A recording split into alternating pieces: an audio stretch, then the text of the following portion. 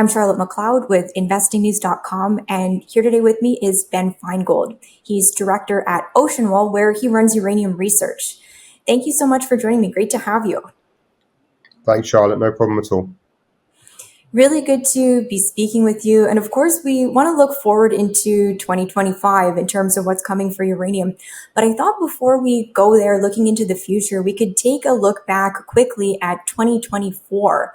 If you had to use a word or a phrase to sum up the uranium market this past 12 months, what do you think it would be? Interesting. I think that it's probably maybe been the year of the utility more than anything. When you look across the sort of equity universe, the utilities have certainly outperformed the commodity. Whether those are traditional sort of large US utilities, Constellations, Vistras, etc., or the sort of SMR developers, the sort of next gen nuclear companies like NuScale, Oklo, and they're still about 30-40% off their highs, but they've had an amazing year. So yeah, I would say 2024 has been really the year of the utility. I think that we saw equities in uranium have a really strong sort of 4 or 5 years, and it's sort of taken a little bit of a breather this year, which I think a lot of commodity cycles have, but for reasons that I'm sure we'll discuss, we think that this is sort of a short-lived speed bump, as it were, in the uranium universe. Okay, really good to get into that. And of course, yes, we have a lot of different paths to go on right now. I was thinking, we last spoke back in May, and there's been so much going on, but I want to start with Russia's ban on uranium exports to the US, which was announced last month. And the reason I want to begin there is Oceanwall had released a note calling it Uranium's Cigar Lake moment, which I thought was pretty interesting. So I thought maybe you could explain what that means for those who don't understand that reference and go into why this is so important. So really, the US sanctions that came out against Russia initially in May, they sort of came with this almost the asterisk of, we're not going to actually see this ban implemented until 2028. The difference with the Russian ban, and the reason why we think it's so significant, is because it was a ban, an almost immediate ban. And we've now seen 2 shipments leaving Russia, which did not have Russian EUP loaded on board. So whereas the US ban is something that I think has legs and is going to be meaningful down the line, the Russian ban was so significant because it was an immediate threat to US utilities. So when we talk about the Cigar Lake moment, I think that it held that level of significance. We all did at Oceanwall thought that it held that level of significance because of the sort of potential panic that it could cause utilities. Now, as your listeners will be familiar, as all of us in the space, who look at this space in detail are familiar, nothing tends to happen that quickly in nuclear. So we're going to start to see the impact of these sanctions trickle down, with an immediate impact on EUP enrichment and then conversion. And really, that's been the sort of theme of the last 2 years since Russia invaded Ukraine, has been utilities really have been so focused on the procurement of enrichment and conversion services that we've seen, U308 really become sort of a tertiary priority. If you sort of look back 3 years ago before Russia's invasion of Ukraine, it was completely the opposite, because it made sense to procure your downstream services before your upstream services. Utilities would look to contract U308 conversion and then enrichment sort of in that order. That's completely been sort of flipped on its head, given the realignment of priorities of utilities, understanding that Russia really do have this sort of dominance across conversion and enrichment. So I think that, again, we're going to see that impact become more and more profound in 2025, and really over the next several years, as particularly the West tries to wean itself off Russian uranium conversion, enrichment services, and also the sort of bottleneck that they have on U308 in terms of transport. Okay. Interesting to take a look at those dynamics, and maybe a little bit more on the note of utilities. So when we talked back in May, I think there hadn't really been too much contracting at that point. So have the utilities woken up since then? Are they starting to get maybe a little bit worried or concerned about what's going on? So yes, we've seen higher levels of contracting in the term market towards the end of the year. We'll probably finish the year at about 110, 115 million pounds U3O8 contracted. Your sort of your more well-versed listeners will know that's slightly lower than last year, where we saw about 160 million pounds contracted. There's a couple of things to unpack there. First of all, we have two almost identical situations in that there were two contracts this year, one last year, that were sort of 30% of volumes for the entire year. Last year it was Cameco and the Ukrainian utility Energatom. And then this year was quite late in the year, the agreement between the Kazakhs and the Chinese for, again, around sort of 35 million pounds. I would expect us to see a more significant ramp up in term volumes towards the start of next year. This year has been quite difficult in terms of certainty for utilities. I don't think the utilities have had much certainty into who they are able to contract with. I think the sanctions might have confused people slightly more than they actually gave people clarity, because there were so many nuances around it, like waivers. And even when we were speaking to utilities almost immediately after the US sanctions were put into place, there was confusion among utilities as to what the waiver process would be like, whether this would sort of be a rubber stamp process or whether this would really take some time. And I think, again, that's a key difference between the US ban on Russia and the Russian ban on the US, is that it does seem like the US waivers had pretty much been rubber stamped, but that's not what's occurring in Russia at all. We're yet to see at a government level any sort of waivers being handed to US utilities. I think that ultimately, it's in Russia's interest to start to ship EUP back to the US at some point. But our view at Ocean Wall was always, let's say that it's $1.5 billion market for them selling EUP into the US each year. In the grand scheme of things, it's not a huge contributor to the coffers in Russia, especially amid an ongoing war with Ukraine. So we just didn't see the incentive for them to keep basically sending this strategically imperative material to a customer that was going to cut it off in 3 or 4 years' time. So I think geopolitics has always played a pretty prominent role in this sector. I don't think there's many commodities in the world that have been more geopolitically weaponized than uranium. And I only see that sort of, geopolitics itself playing a more prominent factor over the next few years. Yeah, I think you can really see the uncertainty just as you describe it there. And I want to ask what role Trump's second term could have here, because, of course, I think leading up to the election, a lot of the conversations I had were it didn't really matter who was going to be elected president in terms of nuclear, because both sides have become pretty pro-nuclear and it's a bipartisan issue. But, Trump also has this very interesting relationship with Russia. So how do you see that playing out in the future? I definitely don't think, again, I guess the reference there is some industry participants are talking about sort of a complete lifting of sanctions. To give some context as to what that could mean for uranium prices, we saw uranium prices rise, I think, $1 on the day that the US announced sanctions on Russia, and uranium prices have actually fallen about sort of $6 or $7 since Russia announced those retaliatory sanctions on the US. So that gives you an idea as to how things might impact U3O8 should, under what I think is quite an unlikely scenario, these sanctions are just completely lifted. So from a geopolitical point of view, yes, there's likely to be a sort of stronger relationship between the US and Russia, at least stronger off an incredibly low base of what it is today. But maybe a more general point around Trump and nuclear. We see Trump presidency being incredibly positive for nuclear. What's always been great is that, regardless of who got into power in the US, there's always been, or at least for the last sort of 5 or 6 years, there's been bipartisan support for nuclear in the US. I know Trump had mentioned specifically advanced nuclear, and I think that, that is, when you look at, what's happened this year, maybe almost going back to your first question, the year of the utilities has really also been the year for big tech as well. And I think that, Trump is very sort of pro business, and I think that he obviously has, these sort of Mag 7, these very, very large US companies that control a massive amount of the flows into the US markets, sort of in his ear, sort of understanding that these guys have got a massive, massive problem, which is a power problem.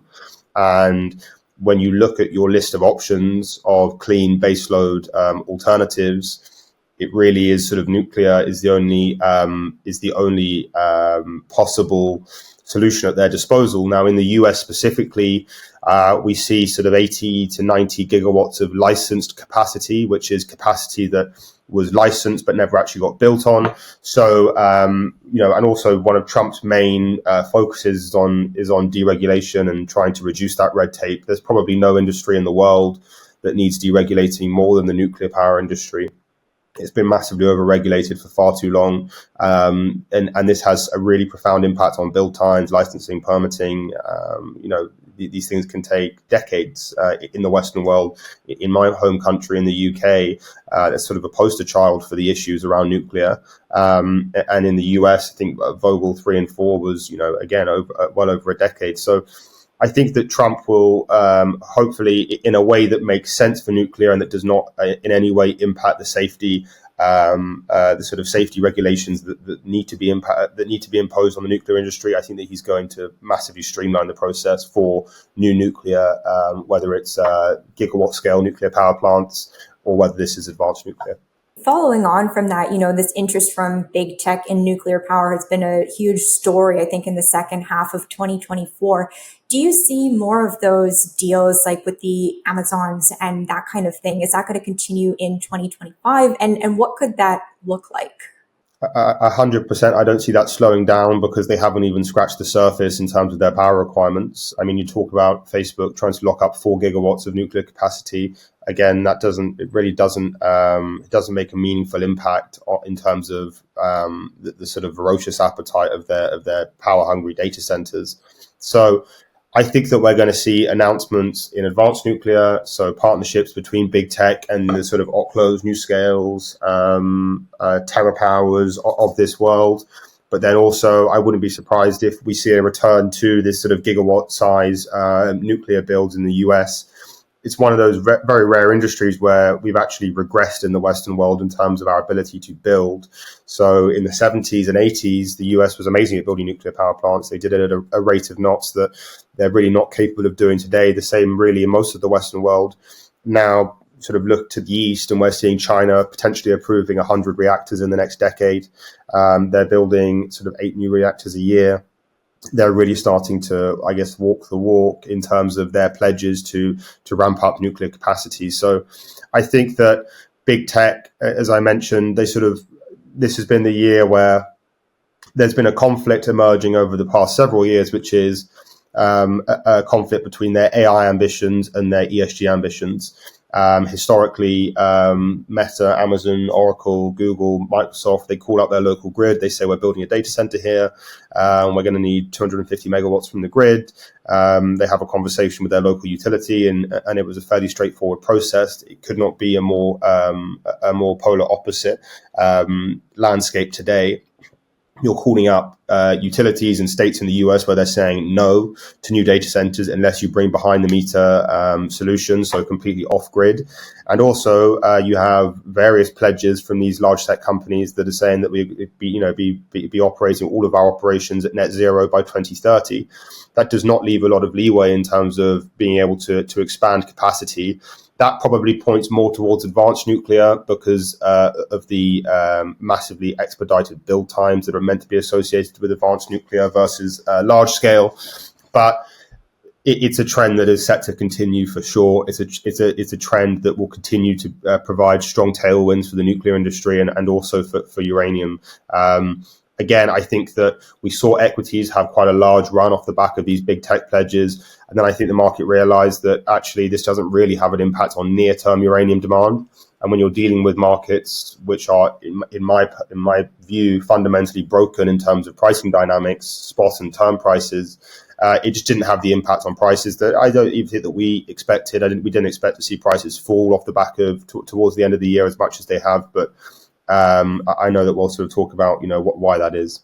Yeah, I think, can you go into a little bit more about what you mean there when you say the dynamic is broken? I know we've talking about the difference between spot and term pricing before, but if you can just elaborate. Sure. I think most people that look at this space understand that the spot market has really just become a market for speculators. It's incredibly short term. Pounds change hands fairly regularly. Sort of 35 million pounds has traded this year, so less, but still, it's been primarily driven by traders. Um, it's kind of people that are operating on a completely different time horizon to utilities, even or investors in this space. So when I talk about the spot market being broken, we are seeing one of the strongest fundamental environment for uranium ever. I still believe it is the number one story in commodity markets, and yet we've seen uranium prices go from 106 in January to sort of 74, 73 today. So in that respect, I think that this sort of near-term delivery, it's very, very illiquid, and it's pretty much dominated by traders and financial speculators who have got storage accounts. In terms of term, I think that even we had sort of looked at term over the past couple of years as this. It provided investors and also those actually operating the space real clarity as to what is utility uncertainty around future demand. So in my mind, every time I see the term price go up, I know that the only people operating, the only participants in the term market are utilities. When I see volumes ramp up in the term market, I understand that is genuine utility demand. So we're now at 28 months of the term price either staying the same or rising. We're at about $81 today. It's trading nearly $10 higher than the spot price today. But the reason that also, in my mind, remains fundamentally broken is because of the way that it's reported. So term price is reported on a monthly basis. This is for delivery 12 months plus. And the price that is reported is the lowest price of any contract that occurred that month. So we understand that a large term contract from November was signed at about $85, and then what is public information is that the next gen contracts was signed at a $79 floor and $150 ceiling. Those kind of pricing mechanisms are not fed through at all to the term price that is reported by a lot of the brokers. Well, I say a lot, the only two or three brokers that actually exist in this space. So I think that it's not people being fed false information. I just think that it's you're kind of picking and choosing the lowest price of the month as opposed to actually what is reflective of the current term price for that month. So I think that the way that it needs to be reported is that you report floors and ceilings for everything that was signed in the term market that month. Now, as everyone listening to this will know, it's an incredibly opaque market. And whether that's you trying to get a gist of pricing or inventories or procurement or, even new nuclear build outs, there's a lot of secrecy around this market. So it is sort of quite difficult to get an accurate gauge on that. But again, what's public is look at next gen filings and the floors and ceilings that are occurring there. And it makes sense as to why companies like a UEC or, are looking at maintaining their gearing to rising uranium prices. UEC are not looking to contract any uranium, forward because they want to maximize the upside from higher prices in the future. So I think that's quite a compelling strategy, and it's also sort of putting your money where your mouth is in terms of understanding the fundamentals of the market. But spot and term, it's what we have. So it's we sort of you have to live with it to an extent, but it also knowing or looking at it in the level of detail that we do, it does provide quite a lot of comfort when you do see stocks, equities off sort of 15-20% over the last month, some of them even more than that. It does provide a level of comfort understanding that really the fundamentals are as strong as they've ever been. So, in the last 3 years, for example, we've seen 8 double-digit corrections across the uranium sector. This is another one of those, what we've seen over the last month. There was an interesting article published today around hedge funds sort of taking some money off the table, having had quite a strong year investing in nuclear stocks specifically. So I think there's an element of that as well. Okay. It's really good to go into those dynamics. As you say, we're working with what we have, but just understanding it, I think, provides a lot of help for investors. So keeping in mind the complexity, is there anything you can say about the direction of prices in this coming year? So we have a year, 2025 end of year target for term of around 95 to 100. I mean, I think you could really see that in the first quarter of next year. I mean, we're already seeing some contracts being signed at those levels anyways. So term prices, I think we see hit three figures at some point next year. In terms of the spot price, if this year has sort of taught me, especially the sort of second half of this year has taught me anything, it's that it's a really, really difficult market to guess and to understand where prices are going. If the spot market was based off the fundamentals of the sector, then the spot price should be 125 plus at the end of next year. If we see, I mean, you can see £1 million unloaded into the spot market and see prices fall $5, $10. So it really is, it's very, very difficult to make accurate guesses in that. But for the sake of giving you a number, I would say well over 100 for the spot price for next year. Okay. Certainly appreciate a number at least to look for there. Really good to go into that. And if we look over to the company side right now as well, where are you focusing next year? I remember before you've talked about developers and producers. That's what you like to see. Is there any changes you've made as the market develops? Any color that you can add there? Yeah, I mean, we've tended to avoid sort of exploration companies given our sort of conviction in the underlying thesis, but there are some really interesting companies who have got quite diversified portfolios of exploration assets. So in terms of exploration, that's where we look. Developers, we love North American developers. We think that there has to be a premium applied to uranium coming out of the West.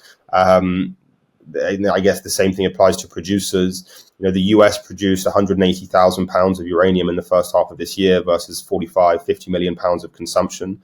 So they're pretty much producing about 0.5% of their domestic requirements. The reason for sort of going into that is because I can see a future where you have an East versus a West uranium price. We're seeing so much of this Kazakh production now being locked up in the East.